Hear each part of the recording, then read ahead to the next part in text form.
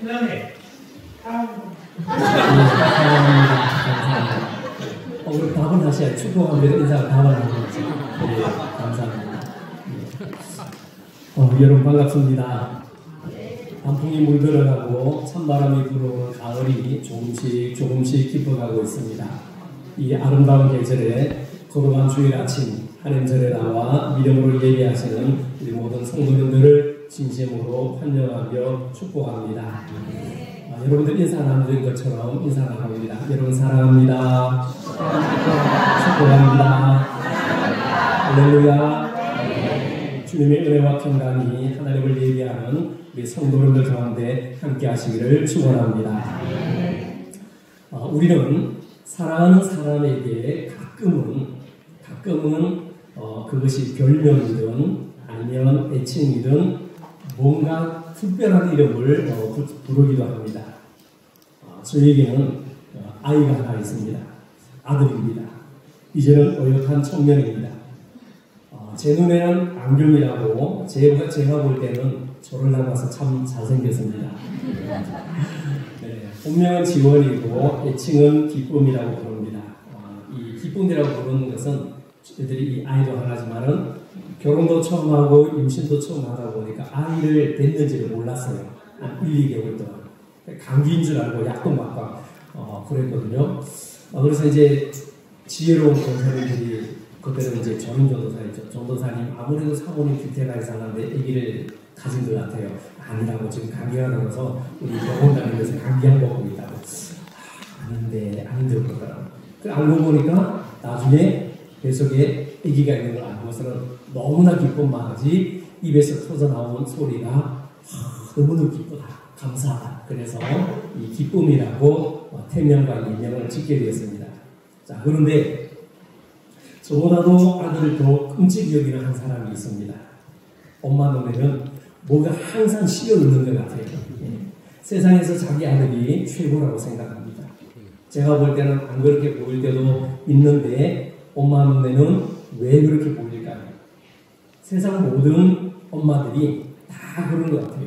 이 자리에 계신 엄마들이 다. 사람이 마음을 듣고 있으니까, 눈에 뭐가 잔뜩 씌우고 있으니까 자식을 볼 때마다 너무너무 예쁜 거예요. 네, 사랑스럽고. 그래서 아들이 엄마 하고 부를 때마다 가장 사랑스러운 마음으로 대답을 해줍니다. 이것이 부모와 자녀와 맺어진 사랑의 관계입니다. 자, 그렇다면 하나님은 우리를 어떻게 부르실까요? 이사야 62장 4절 말씀에 보면 하나님께서 사랑하는 당신의 백성을 부르실 때 사용하는 두 개의 표현이 나옵니다. 하나는 헵시바요, 하나는 퓨올라입니다. 하나님은 우리를 너무너무 사랑하시기에 기분이 좋으신 나머지 한 가지 이름을 가지고는 만족을 못하십니다. 한 번은 헵시바라고 부르십니다. 또 한 번은 조금 있다가 퓨올라라고 부르십니다. 여러분들이 잘 알고 계시는 대로 헵시바란 기쁨이라는 뜻이고 퓨올라란 결혼이라는 뜻입니다. 하나님께서 우리를 바라보실 때에 너무너무 기뻐하심으로 우리와 함께 하고 싶고 우리와 결혼하고 싶어 하시는 우리를 향한 하나님의 마음이 담겨있는 놀라운 이름의 뜻입니다. 그래서 호세아서 말씀해 보면은 내가 너에게 장가들리라. 그것도 한 번도 아니고 3번씩이나 말씀합니다. 여러분, 사랑은 만남과 기쁨입니다. 우리가 살아가면서 주님의 사랑을 받아서 서로 사랑하고 나누면 이보다 더 좋은 일이 어디에 있을까 생각해 봅니다. 이런 사랑을 나누는 모임들이 가져야 하는 중요한 요소들은 무엇일까요? 교회에 꼭 필요한 요소들이 있습니다. 그 요소들을 경험이라는 말로 대신해 봅니다. 뭐라고요? 경험입니다. 경험. 우리는 이 3가지 경험을 온 교회가 같이 이루어 나가야 합니다. 그래서 오늘은 이 주제를 가지고 말씀을 나누려고 합니다. 제목을 같이 해봅시다. 교회가 경험해야 할 것들. 교회가 경험해야 할 것들. 예, 뭐 해야 할 것들? 예, 누가요? 교회가 경험할 것들에 대해서 말씀을 나눕니다. 첫 번째로 우리 교회가 있어야 할 경험은 말씀입니다. 교회 안에는 말씀이 있어야 합니다. 같이 해봅시다. 교회 안에는 말씀이 있어야 합니다. 할렐루야. 자, 그러면 어떤 성격의 말씀이어야 할까요? 오늘 본문 말씀으로 바로 들어가 봅니다. 여러분 42절을 보면 뭐라고 그러냐면 그들이 사도의 가르침을 받아 이렇게 말합니다. 누구의 가르침을 받아? 사도의 가르침을 받아. 이것은 바로 위로부터 말씀을 받는다 이런 뜻입니다. 왜 말씀을 위로부터 받아야 할까요? 말씀을 혼자 받아도 되지 않습니까? 흔히들 말하기를 말씀을 혼자 읽고 큐티하고 묵상하면 되는 것 아니냐 이렇게 말할 수 있습니다. 그러나 성경은 위로부터 받는 말씀의 중요성을 강조합니다. 그 이유가 뭐냐면 우리가 말씀을 위로부터 하나님으로부터 받지 않으면 실수에 빠질 가능성이 너무나도 많기 때문입니다. 예를 들어서 성경 말씀을 예를 들면 이렇습니다. 시편 23편 4절에 보면은 내가 사막의 음침한 골짜기로 다닐지라도 해를 두려워하지 않을 것은 주께서 나와 함께 하심이라 말씀합니다. 자, 여기서 해를 두려워하지 않는다는 말씀이 나오죠. 그런데 어떤 사람은 그 해가 하늘에 반짝반짝 빛나는 뜨거운 태양인 줄 알고 있던 분도 있었습니다. 우리 중에 이런 분이 안 계시겠죠? 그 해가 태양이 아니라 악한 사람이나 환경으로부터 오는 해로움이라는 것을 악할 해자, 그 해로움이라는 것을 여러분들은 알고 계시죠? 자, 우리는 이처럼 단어 하나만 가지고도 오해할 수가 있습니다. 이뿐만 아닐까요? 출애굽기 12장 10절에 보면 남은 것을 소화하라 이런 말씀이 있습니다. 그런데 이 소화하라는 말씀을 다 먹어치우고 빨리 소화하라는 이런 뜻으로 알고 있는 분들도 도로 있습니다. 이 말씀은 다 먹고 잘 먹고 소화하라 이런 말이 아니라 남은 것은 전부 다 불로 다 태워버리라 이런 뜻입니다. 불날 때 여러분 불 끄기 위해서 뭐합니까? 손에 뭐 들어요? 소화기 들잖아요. 그게 끝나라는 거예요. 불을 진압한다. 불을 끈다 이런 말입니다. 그러니까 남은 것을 다 소화하라는 말은 남은 것을 남기지 말고 전부 다 불에 다 태워버리라 이런 뜻입니다.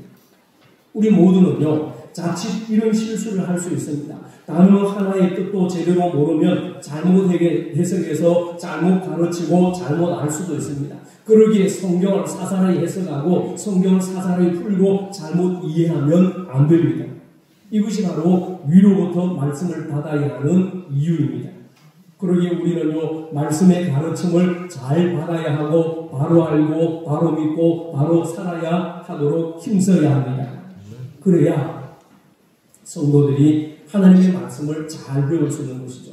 그래서 성도들이 하나님의 말씀을 잘 배우도록 하나님께서 특별하게 뽑아서 말씀을 잘 가르치고 말씀을 잘 전하도록 말씀에 귀한 사역을 맡긴 분들이 있습니다. 누굴까요? 바로 목회자입니다. 하나님께서 왜 목회자들을 세우십니까? 그 대답은 신약성경 에베소서 4장 말씀이 있습니다. 그 4장의 말씀 나와 있는데 처음에 에베소 4장 11절에서 하나님께서 교회를 위해 세우신 네 종류의 직책이 나옵니다. 하나님은 사도와 선지자와 복음 전하는 자와 교사와 목사를 세웠습니다. 자, 여기서 교사와 목사는 교사 따로 목사 따로 존재하는 직책이나 은사가 아니라 가르치는 교사를 말하는 목사를 말합니다. 그러니까 성경적인 목회자의 역할은 목사인 동시에 가르치는 교사입니다. 목사의 사역은 섬김을 위해서 존재합니다. 섬기면서도 그 섬김 안에 제일 중요한 것은 말씀으로 섬기는 일입니다. 무엇으로 섬기는다고요? 말씀으로 섬기는 일입니다. 말씀을 나누고 말씀을 가르치는 것이 제일 첫 번째 우선순위입니다. 목사요, 교사인 사역자의 첫 번째 역할은 하나님의 백성들을, 성도들을 말씀으로 준비시키는 일입니다. 사도행전 2장 42절 오늘 본문과 에베소서 4장 11절 말씀은 이 사실을 우리에게 확실하게 강조하고 있습니다.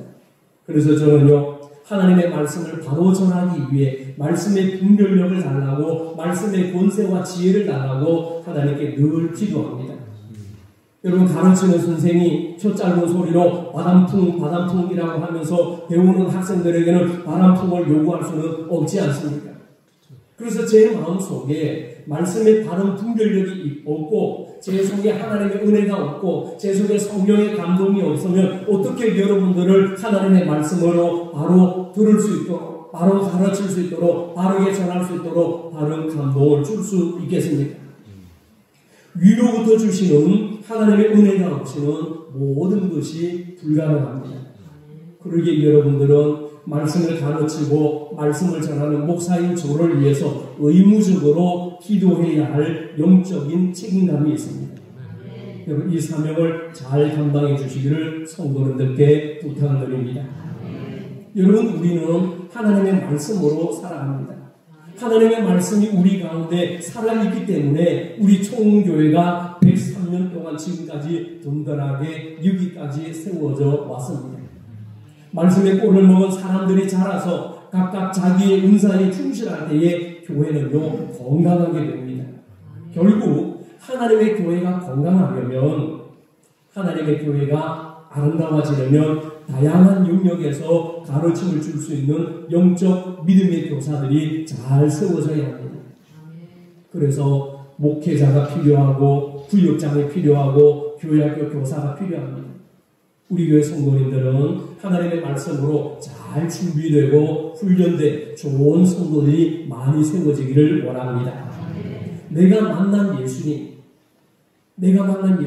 그 예수 그리스도를 잘 가르칠 수 있는 사람들이 많아져야 합니다. 그래서 준비된 교사, 준비된 성도들을 많이 세우고 양육하는 일이 곧 목사의 일이요, 말씀의 든든한 바탕 위에 교회를 세우는 일입니다. 그래서 여러분들이 목사를 위해서 기도해야 되는 영적 의무와 책임감이 있는 겁니다. 그래서 목사는 강단에 서서 하나님의 말씀을 제대로 전하지 않고 농담이나 하다가 제 이야기만 하다가 마치면 무슨 소리는 있겠어요? 하나님의 말씀을 잘 가르치고 잘 전하고 잘 준비할 수 있는 목사가 되도록 여러분 기도하시기 바랍니다. 자, 그런데 말씀만 있으면 또 교만해질 수가 있습니다. 42절 이하에 보면 사도의 가르침을 받은 다음에 그 뒤에 따라 나오는 항목들이 있습니다. 말씀의 가르침, 위로부터 나오는 말씀의 그 가르침을 토대로 해서 일어나는 교회 안에 놀라운 관계의 경험들이 몇 가지 등장합니다. 자, 두 번째로 교회가 경험해야 할 것은 관계의 경험입니다. 같이 해봅시다. 교회가 경험해야 할 것은 관계의 경험입니다. 하나님의 교회는 서로 유기체적으로 깊은 관계를 맺으며 살아가는 믿음의 공동체가 되어야 합니다. 여기서 관계의 경험은 오늘 본문에서 또다시 세부적으로 세 가지로 나누어지고 있습니다. 여러분 말씀을 한번 잘 보세요. 유기체적인 바른 공동체, 주 예수 그리스도의 믿음의 공동체의 그 아름다운 관계를 이루기 위해서 첫 번째는 서로 교제하는 일입니다. 42절 후반절에 보면은 서로 교제하며 떡을 떼며 말씀합니다. 그러면 서로 교제가 이루어지기 위해서 있어야 할 내용이 무엇일까요? 그것은 서로 떡을 떼는 것이 교제의 첫 번째 부분입니다. 여러분, 한국 사람은 먹어야 정이 붙는다고 합니다. 먹어야 정이 생긴다고 해요. 그래서 먹어야 서로 속마음도 내어놓습니다. 먹어야 깊은 이야기가 오고 갑니다. 오죽했으면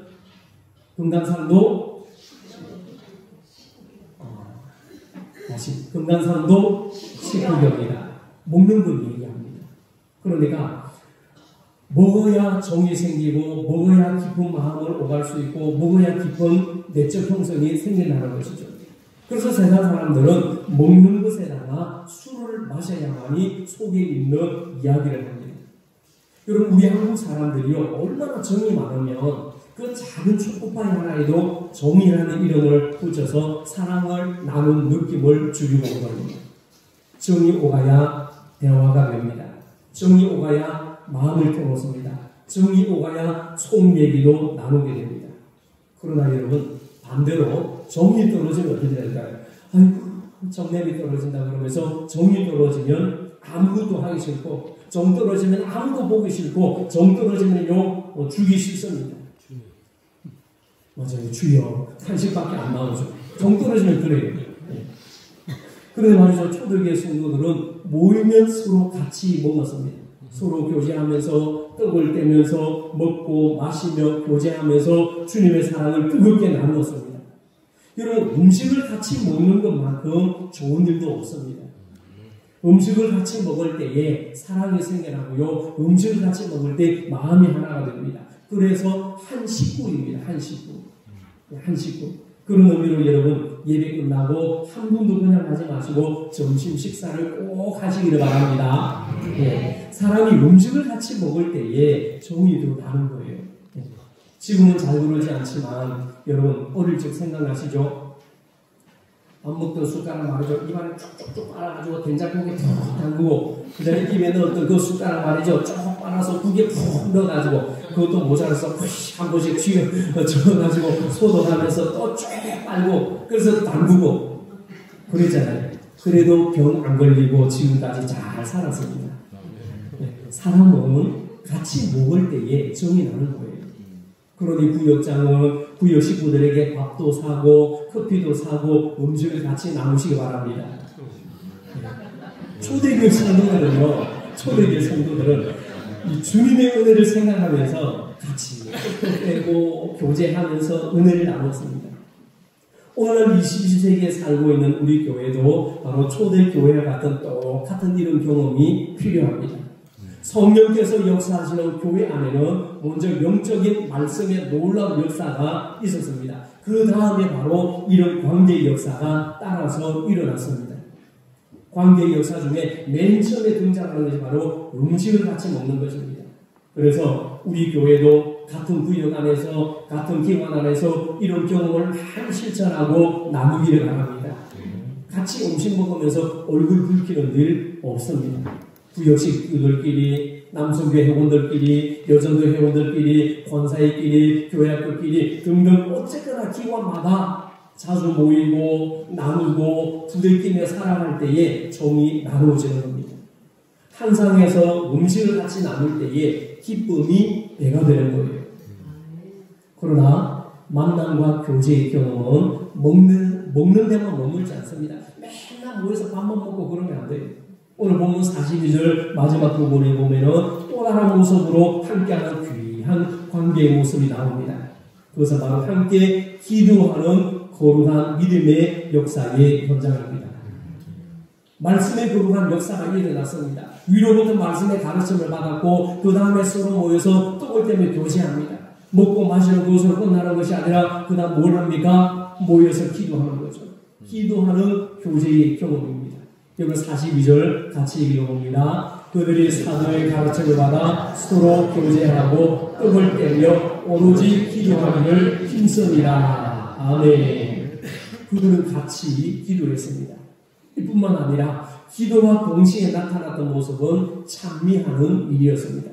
46절에 보니까요, 집에서 떡을 떼며 기쁨과 순전한 마음으로 음식을 먹고 하나님을 찬미했다. 성경 말씀합니다. 여러분, 음식을 먹으며 행한 일이 기도하는 일이고 찬송하는 일이라고 말할 수 있습니다.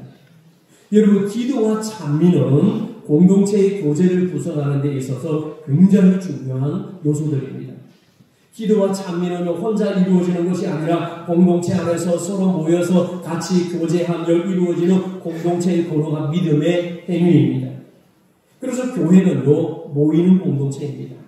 같이 해봅시다. 교회는 모이는 공동체입니다. 교회는요, 모여야 합니다. 모여서 기도하고, 모여서 찬송하고, 모여서 예배하고, 모여서 성경 공부하고, 모여서 봉사하고, 모여서 성도의 교제를 나누는 거예요. 그래서 교회는 모이는 공동체입니다. 우리 청년교회도 잘 모여야 합니다. 잘 모여야 돼요. 모입시다, 기도합시다, 전도합시다, 예배합시다, 청소합시다, 봉사합시다. 그러면 어떻게 해야 돼요? 이쪽만 모이려는 것입니다. 자, 여기 보고 어떻게 해야 돼요? 모여야 돼요. 모여야 돼요. 어쨌거나 교회는요, 모여야 역사가 일어납니다. 할렐루야. 새벽에도 모이고 밤에도 모이고 아침에도 모이고 저녁에도 모이고 그냥 모여야 무슨 일이 일어나는 거예요. 여러분 교회를 중심으로 자주 모이시기를 바랍니다. 다른 데서는 별로 안 모여야 돼요. 교회를 중심으로 모여서 그 다음 순서를 이어나가면 되는 거예요. 여러분 교회를 중심으로 자주 모이시기를 바랍니다. 우리 교회 성도는요 다른 교회에 비하면 그렇게 많이 모이는 것 아니에요. 우리 교회만 보더라도 일주일에 많으면 8번 이상, 적어도 5번 이상은 교회에 오는 것이 정상이에요. 나는 일주일에 교회를 몇 번 오나 한번 꼽아보세요. 자, 새벽기도 월, 화, 수, 목, 금, 토 몇 번이죠? 6번입니다. 수요일날 오전 예배 한 번 있습니다. 주일 오전 예배 있어요. 오후 예배 있어요. 그럼 최소 몇 번이에요? 9번이죠. 네, 최소 9번. 자, 9번 중에서 나는 몇 번 오나 한번 꼽아보세요. 여러분, 성도는 모름지기 모이면 기도하고 흩어지면 전도하고 이것이 성도의 모습입니다. 기도는요, 모여서 서로 쌓아갈 때 힘이 있습니다. 이것이 기도의 동력입니다. 기도의 불은 같이 타올라야 따뜻 나고 같이 타올라야 힘이 나는 거예요. 그래서 우리가 모여서 함께 기도해 줄 사람이 얼마나 많은지 모릅니다. 영적으로 약한 성도들을 위해서 기도해야 됩니다. 아픈 성도들을 위해 기도해야 합니다. 예배 자리에 서야 할 결석자들을 위해서 기도해야 됩니다. 영적으로 어려운 성도들을 위해서, 부지런해야 할 성도들을 위해서, 배워야 할 성도들을 위해서, 믿음을 세워야 할 성도를 위해서 우리가 기도해야 할 사람들이 참 많습니다. 그분들을 위해서 우리가 기도할 때에 하나님께서 새로운 기적을 베풀어 주시는 줄 믿으시기 바랍니다. 저는요 기도하면서 이런 기대와 기도를 합니다. 하나님, 우리 교회를 통해서 병든 자가 일어나는 역사를 더해 주옵소서. 하나님, 상처받는 사람들이 상처받는 역사를 허락하여 주옵소서. 가정마다 하나님의 놀라운 믿음의 역사를 부어 주시옵소서. 가정마다 자녀들의 앞길을 영통케 하여 주옵소서. 성도들의 생업이 번창하고 물질적으로 궁핍하지 않게 하여 주옵소서. 사람의 소리는 작아지고 하나님의 소리는 크게 들려지게 하여 주옵소서. 교회가 모이게 힘쓰며 부흥하는 교회 되게 하여 주옵소서. 할렐루야. 이런 애타는 마음으로 하나님 앞에 기도합니다. 여러분, 이런 기대를 가지고 새벽에 만나고 주일에도 만나고 오전에도 만나고 오후에도 만나고 수요일에도 만나고 자주 만나시기를 바랍니다. 자주 만날 때에 믿음의 역사가 일어나는 거예요. 저는요 그래도 목사라서 교회에 있다 보니까 우리 성도들과 자주 만나니 저는 참 행복합니다. 저는요 행복한 목사예요. 여러분도 이런 행복과 기쁨이 충만하시기를 축원합니다. 우리 가운데 이런 아름다운 성령의 역사가 있을 때에 이런 관계에 놀라운 이런 역사와 행복이 있음을 믿으시기 바랍니다.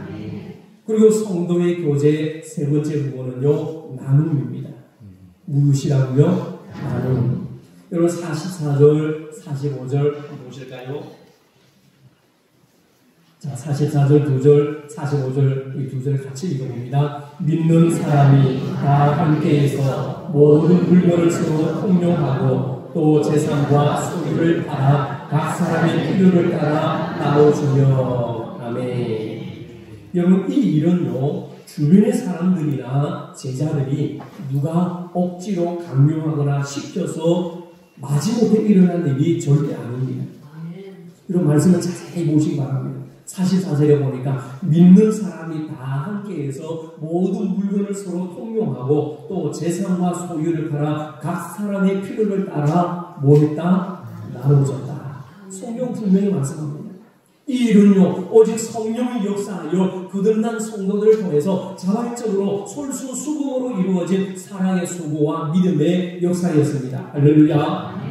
여러분 우리 인간의 마음은 다른 사람을 위해서 스스로 내주면서 나를 선뜻 내놓을 수 있는 그런 사람이 아니에요. 누가 시키지 않으면 내게 소통하는 유익한 점이 없으면 자기 것을 쉽게 내놓지 않습니다.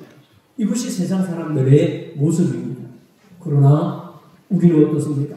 주의 일을 함에 있어서 누가 시켜서 하나요? 아닙니다. 성령께서 마음의 감동을 주심에 따라서 주님을 사랑하는 마음으로, 교회를 사랑하는 마음으로, 성도를 사랑하는 마음으로, 내 것 아까운 줄 모르고 그냥 교회를 위해서, 주님을 위해서, 성도를 위해서, 구역을 위해서 서로 아낌없이 내주는 거예요. 하나님을 사랑하고 교회를 사랑하기 때문에 헌물을 하기도 하고, 성도를 위해서 아낌없이 베풀고 나누고, 주머니를 털어서 기쁜 마음으로 그냥 헌신하며 주기 바쁩니다. 믿음의 사람들은요, 세상 사람들처럼 계산하지 않습니다. 여러분, 헌신하고 봉사하고 충성하고 헌물할 때 계산기 두드려가면서 이거 내 지출 얼마나 하고 계산해서 하나님 앞에 헌물합니까? 그런 사람 없을 거예요. 하나님 앞에 헌신하는 사람들은 세상 사람들처럼 계산하지 않습니다. 왜요? 하나님을 사랑하고 교회를 사랑하고 성도를 사랑하는 마음이 크기 때문에, 그 사랑의 마음이 더 크기 때문에 계산하지 않는 거예요. 여러분, 이것이 우리 안에 주시는 주님의 사랑인 줄로 믿습니다. 이런 자발적인 헌신이 서로서로 좋은 관계를 맺어가는 가운데 나타나는 믿음의 역사입니다. 이것이 성령께서 우리에게 주시는 놀라운 변화와 나눔의 현장입니다. 주님의 일에, 교회와 성도들을 위해, 우리 모두를 위해 헌신하고 사랑을 나누고 베푸는 우리 성도들 가운데 더 풍성하게 부어주시는 주님의 은혜와 축복이 우리 성도들 가운데 갑절의 은혜로 함께 하시기를 축원합니다. 자, 여러분, 우리에게는 이렇게 세 가지 경험이 필요하다고 했습니다. 첫 번째는 우리는 하나님의 진리, 하나님의 말씀을 위로부터 받아야 하고 그 말씀을 많이 배워야 합니다. 두 번째는 말씀의 역사 뒤에 따라오는 성도의 풍성한 교제를 나누어가야 합니다. 교제는 그래서 같이 모여서 먹고 마시는 것, 기도하는 것, 찬미하는 것, 그리고 물질로 때로는 나눔의 교제가 있는 것 말씀드렸습니다. 여러분, 우리가 가진 것들을 교회 안팎으로 더욱 풍성하게 나누어야 합니다. 이것이 나눔의 정신이고 성교입니다. 여러분, 이제부터 이렇게 기도해 주십시오. 주님의 이름으로 나누는 교회, 베푸는 교회, 주님의 이름으로 쓰임받는 우리 총교회가 되도록 여러분 기도해 주시기 바랍니다. 기도하면 뭐하면?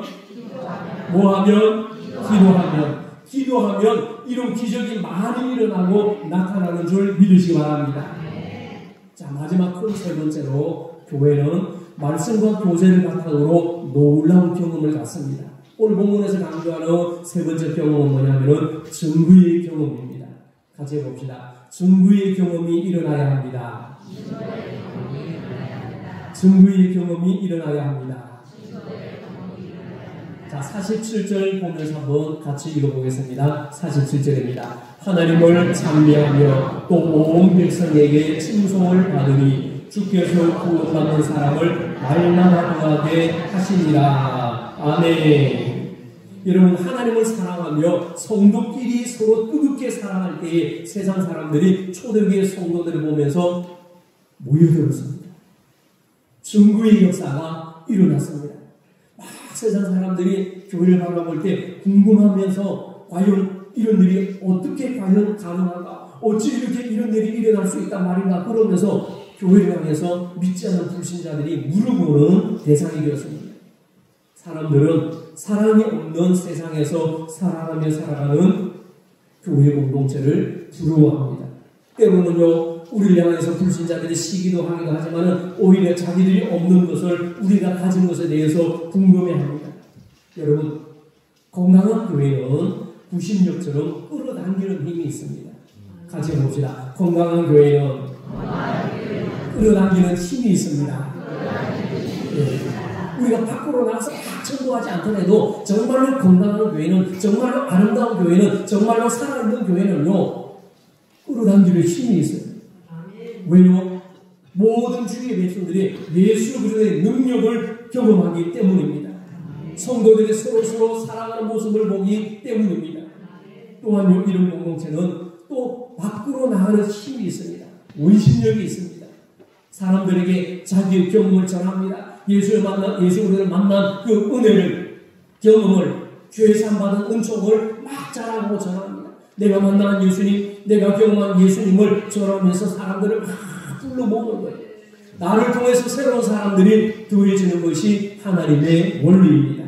그래서 오늘 본문에 뭐라고 했습니까? 구원받는 사람을 날마다 더하게 하시니라. 아멘. 여러분, 우리 청교회를 통해서 여러분들을 통해서 우리 모임과 나눔을 통해서 이런 좋은 일들이 우리 성도님들 가운데 많이 나타나시기를 축원합니다. 자, 이제 오늘 말씀을 정리하며 결론을 말씀드립니다. 하나님의 교회 공동체는 말씀의 배움이 있고 영혼을 살리는 전도의 역사가 있고 베풀고 나누는 성교에 관한 사역이 있습니다. 또한 모이면 뜨겁게 기도하는 기도의 사역이 있습니다. 봉사의 나눔이 있습니다. 성도의 교제와 친교가 있습니다. 우리는 이 모든 일들이 잘 이루기 위해서 하나님과 관계가 좋아야 합니다. 하나님과 관계가 좋아야 합니다. 그리고 또 더 나아가서 무엇보다도 성도와 성도와의 관계가 좋아야 합니다. 여러분, 하나님과 나와의 1대1의 관계는 좋은데 나와 이웃과 나와 성도의 관계가 돌아오고 타도게 되면 안 돼요. 서로 사랑하고 보고 싶고 주고 싶고 사주고 싶고 먹이고 싶고 모이고 싶고 그래야 되는데 저놈인가? 아유 저놈인가? 그러면서 시력이 4.8이나 되지 말아야 합니다. 여러분 시력이 제일 좋은 몽골인들이 제일 시력이 좋다고 그러잖아요. 2.0이라고 그러는데 근데 우리는 시력이 좋아도 4.8이나 되지 말아야 돼요. 4.8이가 돼가지고 말이죠. 그 사람을 그냥 이렇게 보고 그러면 안 돼요. 따라합시다. 성도와 성도끼리 관계가 좋아야 합니다. 다투지 말아야 합니다. 마음 상하는 일이 없어야 합니다. 할렐루야. 두 군데로 다 같이 하셨어요. 성도가 성도 간에는요 좋은 관계가 되어야 됩니다. 다투지 말아야 되고요. 또 마음 상하는 일이 없어야 합니다. 화목해야 합니다. 우리 가운데 예수 그리스도가 중심된 말씀의 배움이 있어야 합니다. 또한 우리 안에는요 서로 사랑하며 북돋아주고 서로 나누고 서로 세워주는 관계가 있어야 합니다. 살다 보면 서로 얼굴 붉힐 때가 있어요. 부부간에도 그러고 부모 자녀간에도 그런데 하물며 하나님의 교회 안에서 서로 각양각색의 사람들이 모였는데 왜 마음 상하는 일이 없겠어요? 왜 얼굴 붉힌 일이 없겠어요? 그러나 그건 해제대로 분을 품으면 된다 안 된다? 차라리 대답 안 하세요. 해제대로 분을 품으면 된다 안 된다? 안 된다. 그럼 어떻게 해야 돼요? 빨리 풀어야 돼요. 떡을 깨면서 커피를 나누든지 아니면 내가 잘못했다고 내가 오해했다고 내가 앞서갔다고 그러면서 잘못했다고 아니면 내가 좀 오버했다고 앞서 나갔다고 서로 용서의 손을 내밀면 관계가 좋아질까요? 안 좋아질까요? 한 사람은 손을 내미는데 그러면 안 돼요. 손을 내밀면 손을 잡아줄 수 있는 넉넉한 마음도 있어야 돼요. 그런 좋은 관계를 우리 서로 이어가시기를 바랍니다. 그래야 사람들이 찾아가요. 제가 우리 교회 부임을 해서 이제 전도하고 경로가 인사 다니고 동네 사람들 만나서 인사하니까 첫 번째 하는 말이 목사님 바뀌었네? 이런 얘기예요. 그리고 두 번째 목사님 오래 있었어요 그러면서 세 번째 뭐라고 교청교회는 좀 싸운대. 동네 사람들한테 그런 얘기. 그러면 너희가 안 돼요? 안 되죠. 비록 그 사람을 몰라서 그런 얘기 할 수 있어도 오해를 통해서 그런 얘기 할 수 있어도 그 빈민은 누가 제공한 거다? 내가 제공한 거다. 그러니까 우리는 사랑하고 이해하고 용서하고 보듬어 주고 떡도 사주고 그것도 모자라고 국물도 커피도 사주고 그러면서 서로 모이고 기도하고 교제하면서 아름다운 관계를 이루어 가시기 바랍니다. 그래야 내가 만난 예수 그리스도를 밖으로 나가서 증거할 수 있는 거예요. 이 세 가지가 우리 청운교회 안에 더 많이 풍성해질 때에 주님께서 우리 교회를 통하여 영광 받으실 줄로 믿습니다. 이 귀한 일들을 믿음으로 잘 이루어가며 하나님을 가까이 하며 하나님께 영광 드리는 우리 교회 모든 믿음의 성도님들 되시기를 다시 한번 진심으로 축원합니다. 기도하겠습니다. 사랑의 주님 감사합니다. 우리에게 배움의 경험을 주시고 나눔의 경험을 주시고 또 증부의 경험을 주신 것을 감사합니다. 이 경험이 나에게 그대로 적용되어서 기적을 경험하는 역사를 허락하여 주시옵소서. 내 힘으로 하지 않게 하여 주시옵소서. 내 능력대로 하지 않게 하여 주시옵소서. 십자가에서 돌아가시고 부활하신 나의 주님 예수 그리스도만을 의지하게 하여 주시옵소서. 성령의 도우심을 따라 그 일을 할 수 있도록 믿음의 선한 마음을 부어 주시옵소서. 그래서 주님의 몸된 우리 총교회가 하나님을 영화롭게 하며 주님을 영화롭게 하며 온 세계를 향해 열방과 이웃을 향하여 이 지역을 향해 뻗어나가는 아름다운 교회, 믿음의 교회로 사용하여 주시옵소서. 이래 우리 교회 모든 믿음의 성도들이 주님 손에 붙들려 귀하게 쓰임받는 신실한 주의 종들이 되게 하여 주옵소서. 그래야 교회가 평안하여 든든히 서가게 하시옵소서. 이 일을 통하여 하나님께서 영광을 받아 주시옵소서. 우리를 믿음의 주역으로 부르시고 세우시고 사용하시는 교회의 진정한 주인 되시는 우리 주님 예수님 이름으로 기도하옵나이다. 아멘.